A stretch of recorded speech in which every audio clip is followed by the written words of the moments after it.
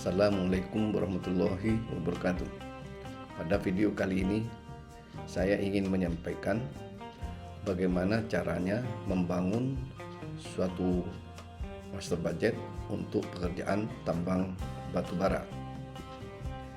Di sini saya sudah sediakan file tentang cara membangun master budget tersebut. Pada menu berikut ini terdapat pilihan untuk beberapa perusahaan yang telah saya buatkan master budgetnya untuk pekerjaan batu bara, pekerjaan tambang pasir laut, dan beberapa jenis pekerjaan yang lain. Kita pilih untuk YouTube. Ada dua hal yang bisa saya sampaikan dalam cara menghitung master budget tersebut, yaitu yang pertama dengan cara investasi untuk seluruh alat yang akan digunakan, sedangkan cara yang kedua adalah dengan sistem rental. Kita pilih terlebih dahulu untuk cara investasi. Pada investasi ini ada dua informasi yang bisa saya sampaikan dalam master budget tersebut, yaitu yang pertama adalah untuk input data, sedangkan yang kedua dalam hal reporting. Input data ini merupakan master budget yang dibangun sebelum pekerjaan tambang batu bara tersebut dimulai, yaitu kita sebut dengan istilah master budget plan. Sedangkan untuk reporting adalah kita sebut dengan master budget realization. Kita buka terlebih dahulu untuk input data. Pada input data ini terdapat beberapa pilihan, yaitu yang pertama persiapan, yaitu tentang apa yang harus disiapkan sebelum melaksanakan atau membangun master budget. Informasi yang lain adalah tentang rencana produksi, hari kerja efektif, dan data teknis serta harga umum yang berlaku di sekitaran pekerjaan tambang batu bara tersebut.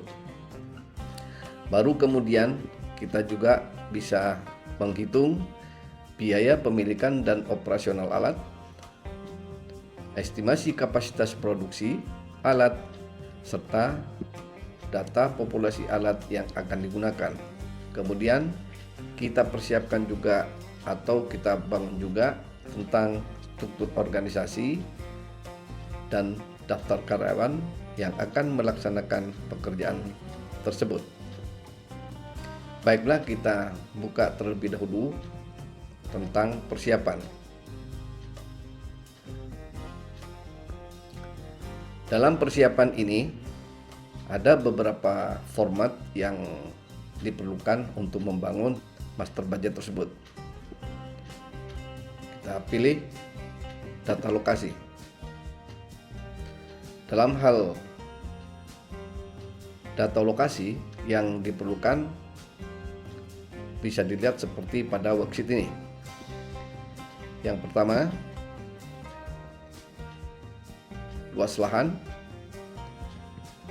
kemudian vegetasinya apa di lahan tersebut, kemudian berapa stripping ratio yang dipersiapkan untuk pelaksanaan pekerjaan tambang tersebut, kemudian rencana produksi batu bara dan produksi overburden. Berikutnya adalah nilai kalori rata-rata untuk periode tersebut, berapa estimasi volume batuan kerasnya, batuan lunaknya, dan tanah biasa, berapa jarak angkut untuk pembuangan overburden ke disposal areanya, kemudian tentang jarak angkutnya dari pit ke stockpile sementara, kemudian dari stockpile sementara dibawa ke crushing plant berapa jaraknya, kemudian berapa jarak dari crushing plant ke pelabuhan. Di sini juga diperlukan tentang kapasitas produksi coal crusher-nya dan jarak dari stockpile menuju hopper dari coal crusher tersebut. Kemudian tentang fasilitas di pelabuhan, yaitu fasilitas jetty-nya ada berapa, jarak dari stockpile ke hoppernya berapa. Berikutnya tentang asumsi-asumsi, yaitu berapa harga BBM solar, harga pertalite, harga oli, harga gemuk, dan harga batubara. Kemudian berapa jasa pelayanan di pelabuhan, kemudian juga jasa transshipment dari pelabuhan menuju mother vessel yang diangkut dengan tongkang. Kemudian berapa pajak pemerintah, royalty fee untuk perusahaan yang memiliki izin usaha pertambangannya. Dan di sini juga saya sampaikan tentang dana yang disediakan untuk insentif karyawan dalam satu periode. Berikutnya, harga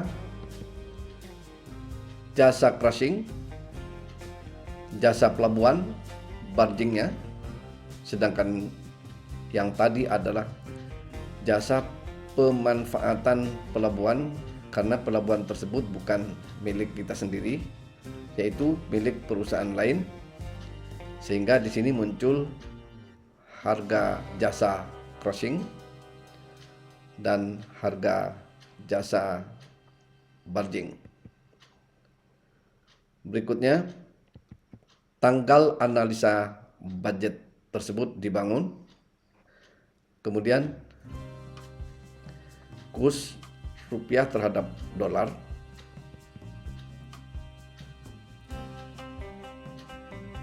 Ini seringkali juga kita membutuhkan informasi tentang profit sharingnya, yaitu pembagian profit untuk pemilik SPK.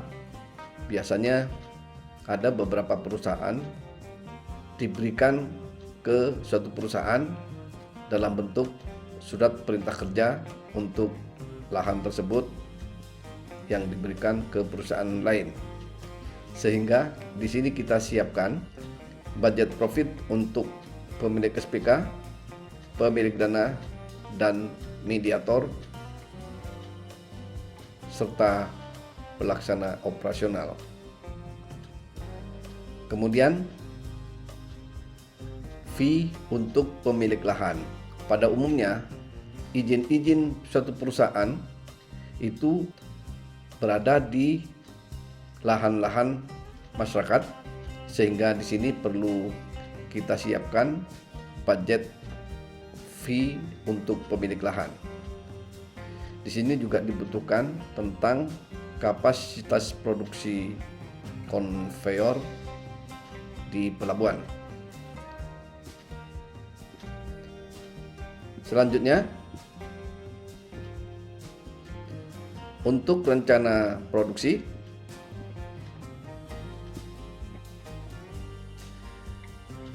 dalam rencana produksi di sini yang dibutuhkan adalah berapa volume batu bara tiap bulan yang akan diproduksi, serta rencana pengupasan overburden tiap bulan.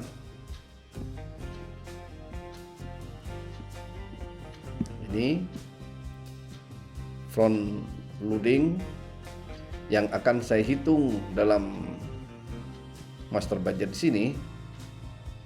Diambil contoh untuk 5 front loading, termasuk untuk pembuangan overburden-nya.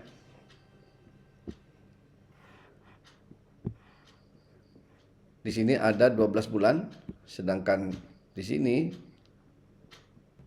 total dalam 1 tahun. Jadi dalam membangun master budget di sini dalam 1 periode, yaitu dalam 1 tahun. Kemudian untuk curah hujan, data curah hujan ini memang kita butuhkan dan bisa diperoleh dari Badan Meteorologi dan Geofisika. Kita ambil beberapa tahun. Makin banyak tahun yang kita ambil datanya, akan semakin mewakili untuk curah hujan di wilayah lokasi tambang. Dalam data curah hujan ini disajikan pula tentang rata-rata curah hujan dan hari hujannya. Ini rata-rata tiap tahun, sedangkan ini rata-rata total. Ini format tentang data curah hujan. Kemudian data jam kerja efektif. Jam kerja efektif di sini diperoleh dari berapa jumlah hari kerja tiap bulan dalam 1 tahun, kemudian berapa hari hujan tiap bulan dalam 1 tahun, hari liburnya pun juga berapa, kemudian diperoleh hari kerja efektif, yaitu dengan mengurangi jumlah hari dalam 1 bulan dikurangi dengan jumlah hari hujannya dan hari liburnya, maka diperoleh hari kerja efektif. Dalam 1 hari kita biasanya beroperasi berapa shift per hari, kemudian berapa jam dalam 1 shift beroperasinya. Di kolom ini adalah total dalam 1 tahun.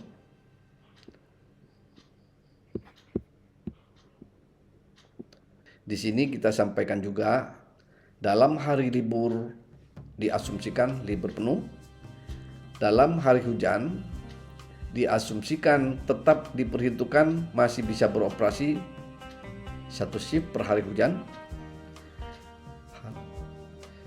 Kemudian dalam hari efektif diasumsikan bisa bekerja selama 2 shift.